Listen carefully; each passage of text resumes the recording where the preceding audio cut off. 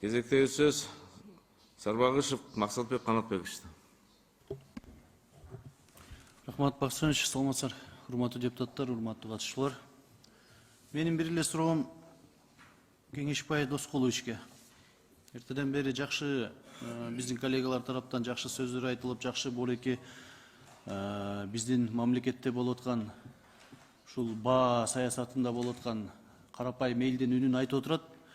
Бирок бардык нерсени эске алабыз, аткарабыз, ушул мыйзамды кабыл алсак жакшы болот эле деген сөздү угуп келатабыз. Бирок менин айтарым мына Тазабек Экрамович айтып кетти.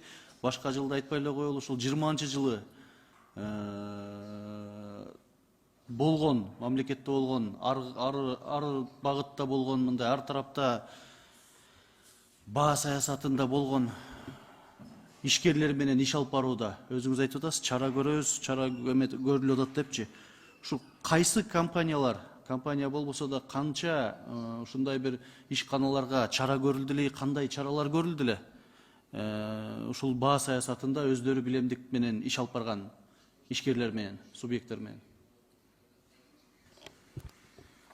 Саламатсыздарбы дагы бир жолу.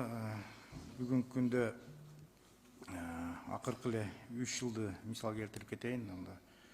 Жалпысынан 2020-жылы ушул Кыргыз мамлекетинде 360 мыйзам бузуу катталган ушул баалар боюнча.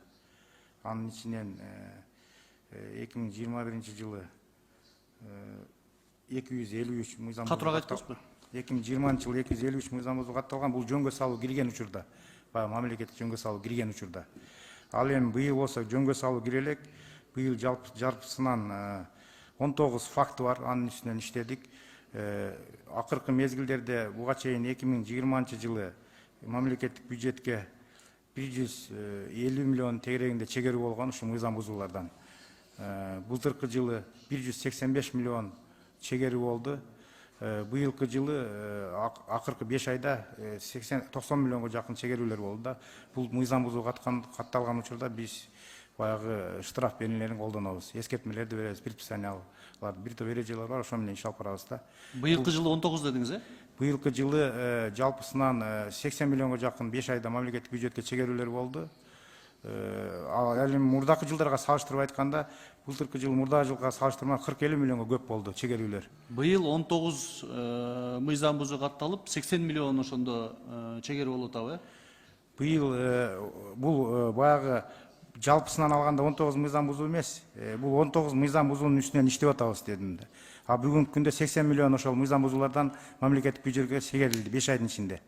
Бул жерде бир топ субъекттер бар, аны берсек болот сизге. Бул штраф дегендегиңиз, Ооба, бул бюджетке чегерүүлөр да.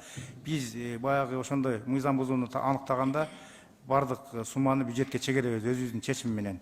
Коллега бар, өкмөт менен бекитти. Ал жерде экономика министрлигинен жана биздин кызматкерлерден түзүлгөн коллега, ошолор чечим чыгарып анан бюджетке чегеребиз.